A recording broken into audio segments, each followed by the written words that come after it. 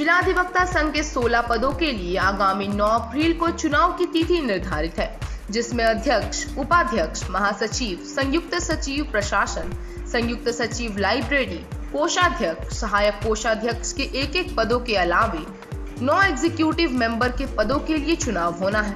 चुनाव हेतु निर्धारित 3 दिनों के नामांकन के दौरान विभिन्न पदों के लिए उम्मीदवारों ने नामांकन का पर्चा दाखिल किया है, जिसमें अध्यक्ष के पद के लिए 3 प्रत्याशी मैदान में हैं, जिनमें निवर्तमान अध्यक्ष दुर्गा प्रसाद पांडे के अलावे प्रकाश सहाय और सुनील कुमार राय मैदान में डटे हैं।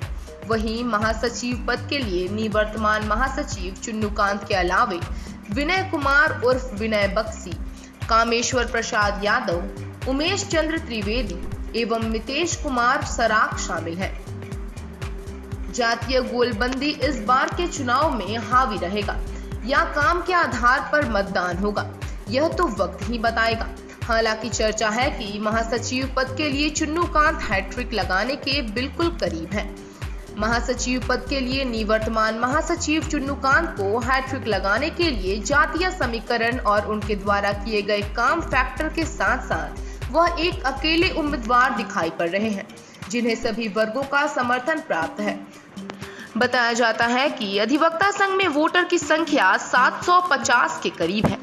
इनमें हर साल करीब 650 वोटर ही मत का प्रयोग करते हैं।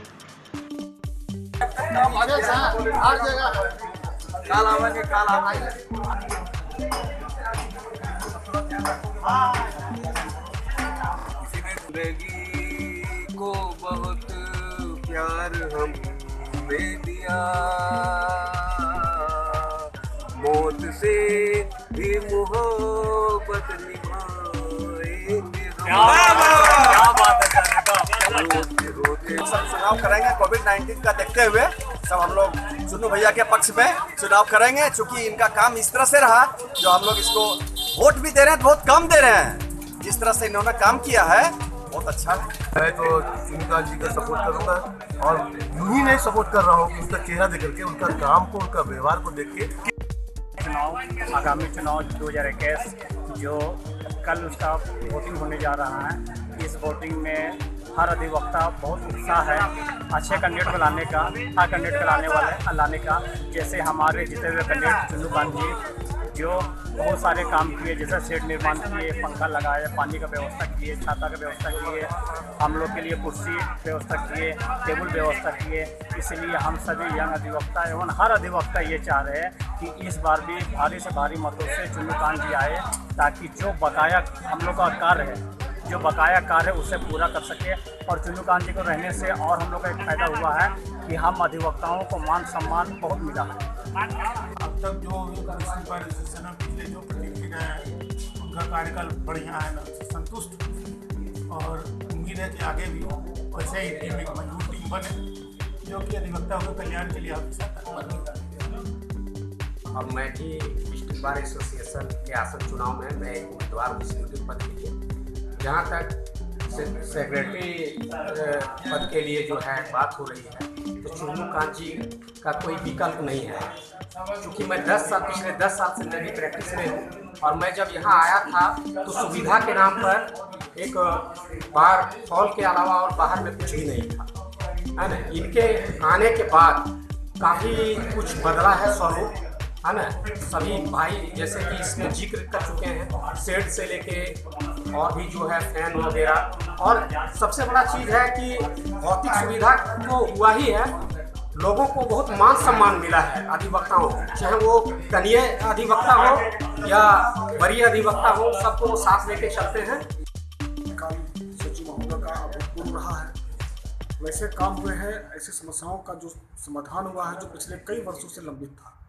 सारे अधिवक्ता अपने समस्याओं को लेकर बहुत व्याकुल थे और उस समस्या का समाधान के लिए लगातार कई वर्षों से प्रयास किया जा रहा था। लेकिन हम बहुत बधाई देते हैं और बहुत शुक्रगुजार हैं हमारे सचिव महोदय श्री चुन्नूकांत जी से, जिन्होंने हमारी समस्याओं को देखा, समझा और उसका एक समुचित समाधान निकाला। मेरा मानना है कि एक अधिवक्ता के लिए उसका सम्मान सबसे बड़ी चीज़ होती है और हमारे महासचिव किसी भी अधिवक्ता के सम्मान के लिए किसी भी हद तक जाते हैं। अगर मैं ऐसा कहूँ कि हमारे लिए गर्व की बात है ऐसा महासचिव होना हमारे बार में, तो यह अतिशयोक्ति नहीं हो। कलेक्टर ऑफिस में प्रैक्टिस करते हैं। यहाँ फिलहाल अभी किसी भी तरह का कोई समस्या नज़र नहीं आ रहा है और जो था वो चुनु बाबू पहले हल कर चुके हैं। और हमारे जो सहयोगी हैं राजेश कुमार सिन्हा जी जो है जो कहे चुनु बाबू के बारे में, इसमें हम लोग जो 100% सहमत हैं इनकी बात से और इनकी तरफ से कोई तरह का त्रुटि भी नहीं है और इनका कार्यकाल भी जो बहुत अच्छा रहा। और जहाँ तक चुनु भैया की बात है तो उन्होंने बहुत जो भी योजनाएं बनाई उसको सफलतापूर्वक अंजाम को पहुँचाया। इसके अलावा जहाँ तक किसी भी अधिवक्ता हो किसी भी पर्सनली किसी भी कार्य के लिए उनको कोई दिक्कत परेशानी हुई है तो वो हमेशा आगे आए हैं, जिसका मैं उसे तहे दिल से शुक्रगुजार हूँ। क्योंकि इस तरह से 2-3 बार ऐसा मामला आया कि भैया आके पर्सनली मेरा मदद किए और सब कुछ अच्छे तरीके से संपन्न हुआ। तेरे बगैर किसी और को देखा नहीं मैंने, तेरे बगैर किसी और को देखा नहीं मैंने, सूख गया वो तेरा गुलाब मगर फेंका नहीं मैंने।